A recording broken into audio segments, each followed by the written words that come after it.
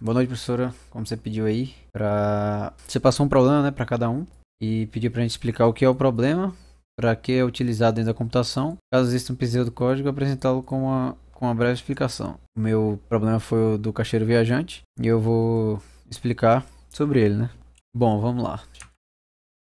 O problema do caixeiro viajante é o seguinte: um caixeiro viajante quer visitar N cidades e retornar ao ponto de partida, percorrendo a menor distância possível sem passar duas vezes pela mesma cidade. Ele conhece a distância entre todas as cidades em qualquer situação que ele tiver. Ele sabe qual é a distância entre todas as cidades. Então, vamos supor que o caixeiro viajante tem ali umas 5 cidades para visitar. E ele quer saber qual é a melhor rota, né? Passando por todas, não repetindo nenhuma e voltar para o lugar que ele estava. Aí você pensa, deve ser fácil ele calcular essas 5 cidades, ver ali a distância mínima e entender qual é o menor custo. Mas a gente vai ver mais na frente que não é bem assim. Quando você aumenta o número de cidades, isso fica muito complexo e impossível de resolver. Quase impossível, né? Então, quando a gente liga isso a uma complexidade computacional, o problema do caixeiro viajante é um problema de otimização combinatória.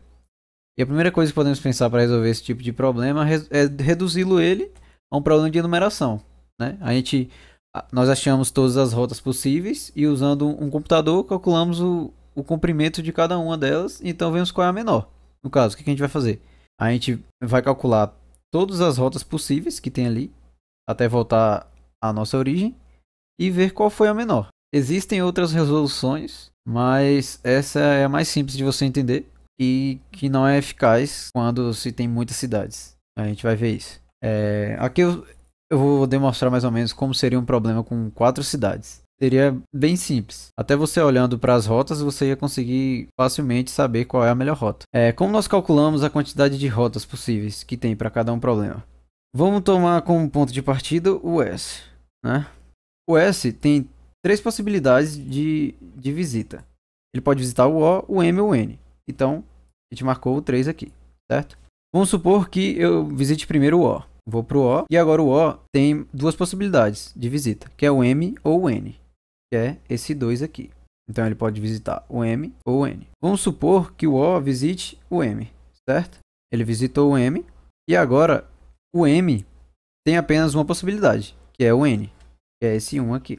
Então ele vai visitar o N e acaba aqui nosso ciclo, certo? Nós sabemos que tem 6 rotas possíveis, mas nós precisamos saber qual é a distância entre todas as cidades, né? Vamos supor que a distância dessa cidade para essa linha maior seja 2, essa distância, essa linha menor seja 1. Todas essas linhas menores aqui sejam 1, certo? Sabendo disso, a gente pode começar a tentar as rotas. Se a gente for do S até o O, a gente tem 1, depois do O até o M tem 2, do M até o N tem 3, e do N até o S a gente tem 4.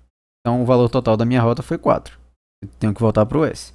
Se a gente fizer uma rota diferente, por exemplo, do S para o M 1, do M para o O 2, do O para o N 4, né, que essa aqui vale 2, e do N para o S 5.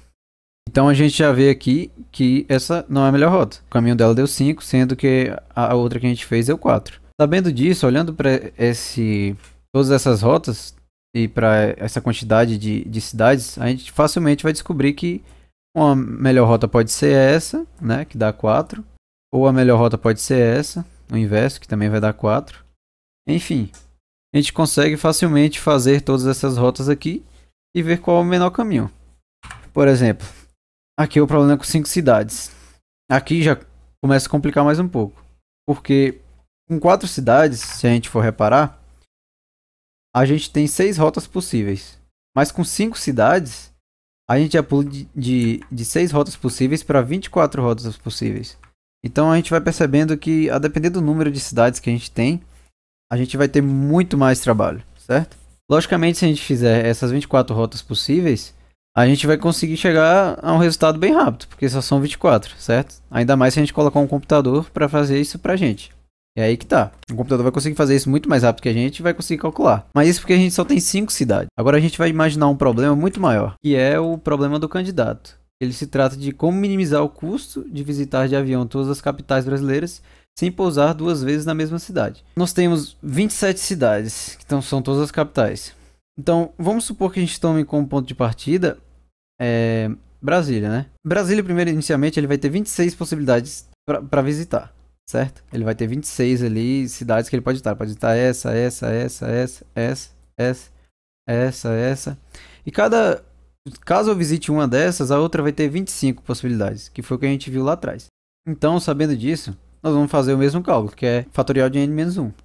Que no caso aqui vai ser 27 menos 1, que é igual, vai dar 26, e o fatorial de 26. E vai dar absurdamente esse número de rotas possíveis.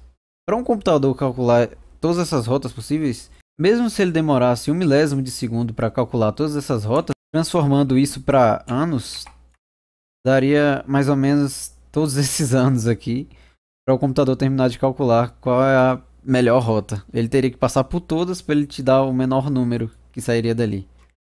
O que a gente conclui com isso tudo? Utilizar a solução da força bruta nos faz pensar que vai depender muito do número de cidades que a gente tem. Se a gente tem um número pequeno, a gente consegue calcular facilmente.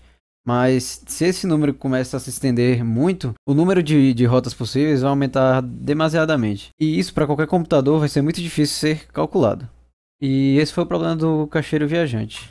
Espero que tenha entendido tudo aí. Valeu.